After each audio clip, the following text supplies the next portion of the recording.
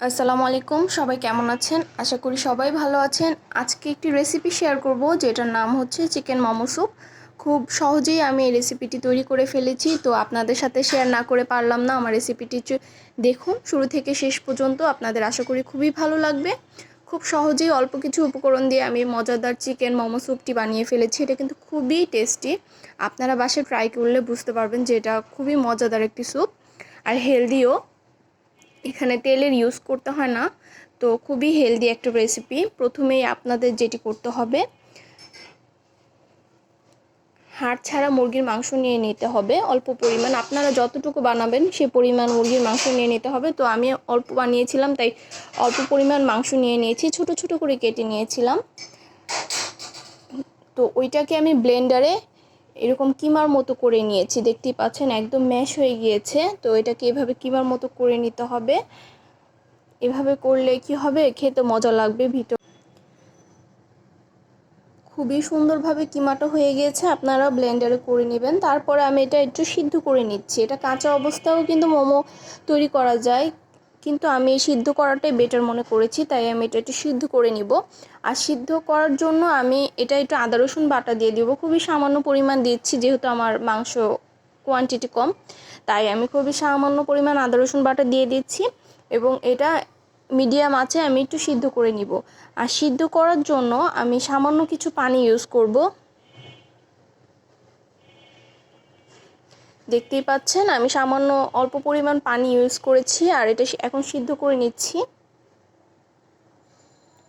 তো আপনারা এভাবে সিদ্ধ করে নিলে আপনাদের অনেক তাড়াতাড়ি কিন্তু মোমোটা বানানো হয়ে যাবে। আর যদি কাঁচা অবস্থায় নেন তাহলে একটু দেরি হবে। তো এখন আমি সিদ্ধ করা কিমাটায় কাঁচামরিচ কুচি কুচি করে দিয়ে দিচ্ছি এবং লবণ দিয়ে দিচ্ছি স্বাদ মতো। সেই সাথে আমি আমার হোমমেড টমেটো সস যে ছিল সেটা দিয়ে দিচ্ছি। হোমমেডটাও দিব, বাইরের রেডিমেড যেটা সেটা অল্প পরিমাণ দিব। তো কিমাটা আমি অল্প পরিমাণ দুইটাই দিব এবং ভালোভাবে মেখে নিচ্ছি।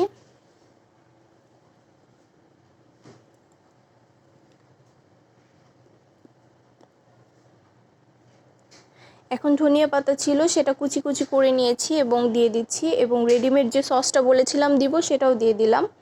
এখন সবগুলো উপকরণ একসাথে খুব ভালোভাবে মাখিয়ে নিতে হবে।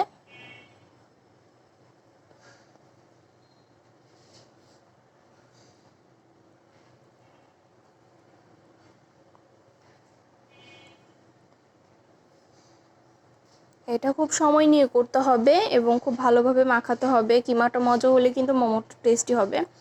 এখন আমি মোমোটা বানানোর জন্য আটার সাথে লবণ মাখিয়ে নিচ্ছি এবং আটাটা এখন মথে নিব ভালোভাবে। তো মথে নেওয়ার পর এখন আমি ছোট করে রুটি বানিয়ে নিয়েছি এবং কিমা যে আমার রেডি করা ছিল সেটা দিয়ে দিয়েছি মাঝখানে।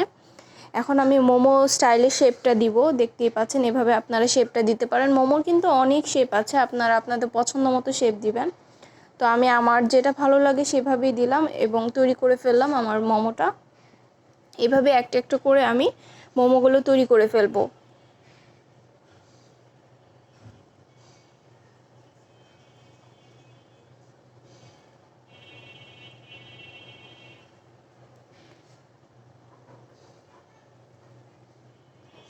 তো সেকেন্ড মোমোটাও আমি তৈরি করে নিচ্ছি।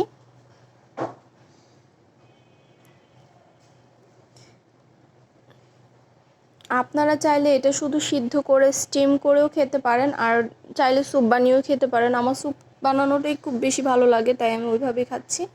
তো যার যেটা পছন্দ সেভাবেই খেতে পারেন, দুইটাই ভালো লাগবে। তো আমার মোমোগুলো সব বানানো রেডি হয়ে গিয়েছে, এখন আমি স্যুপ বানানোর প্রসেসে যাব।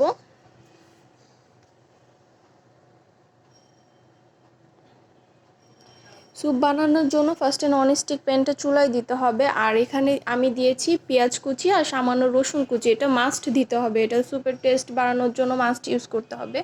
তো সামান্য পরিমাণ তেলে আমি এখন পেঁয়াজ কুচিটা খুবই ভালোভাবে ছোট ছোট করে কেটে নিয়েছি, আর সেই সাথে রসুনটাও সেম কুচি কুচি করে নিয়েছি এবং দুইটা ভেজে নিচ্ছি, হালকা ভাজা দিয়ে দিচ্ছি। এখন আমার হোমমেড যে টমেটো সসটা ছিল সেটার সাথে পানি মিশিয়ে আমি মিক্সচারটা চুলায় দিয়ে দিচ্ছি। আপনাদের হোমমেডও থাকলে দিতে পারেন, এছাড়া কেনাটার সাথে, কেনাটা তো অনেক ঘন হয়, সেটা আপনারা পাতলা করার জন্য পানি মিশিয়ে এভাবে দিতে পারেন। এখন লবণ দিয়ে দিচ্ছি।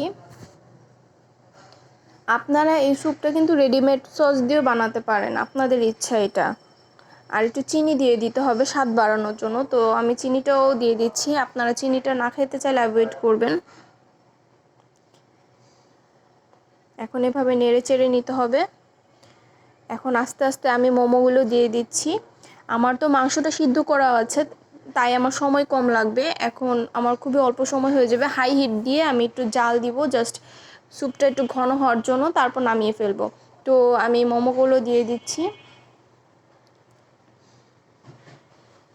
এভাবে করে আপনারা নেড়ে চেড়ে দিবেন এবং এপাশ ওপাশ উল্টিয়ে পাল্টিয়ে দিবেন যাতে সব পাশেই ভালোভাবে সিদ্ধ হয়। আর কাঁচামরিচ কুচি করে দিয়ে দিবেন এভাবে। স্যুপটা কিন্তু অনেক ইয়ামি হয়। এটার সাথে কিন্তু আপনারা রেডিমেড সসটা ইউজ করবেন সামান্য, আর হোমমেড যদি থাকে সেটা ইউজ করবেন, সেটা আপনাদের ইচ্ছা। আমি কর্নফ্লাওয়ার দিয়ে দিচ্ছি। কর্নফ্লাওয়ারটা একটু ঘন হওয়ার জন্য দিচ্ছি। কর্নফ্লাওয়ারটা দিলে আরও মজা লাগবে, স্যুপটা একটু ঘন হয়ে আসবে। স্যুপ একটু সামান্য ঘন না হলে একদম পানি পানি ভালো লাগে না, তাই আমি কর্নফ্লাওয়ারটা দিয়ে দিচ্ছি।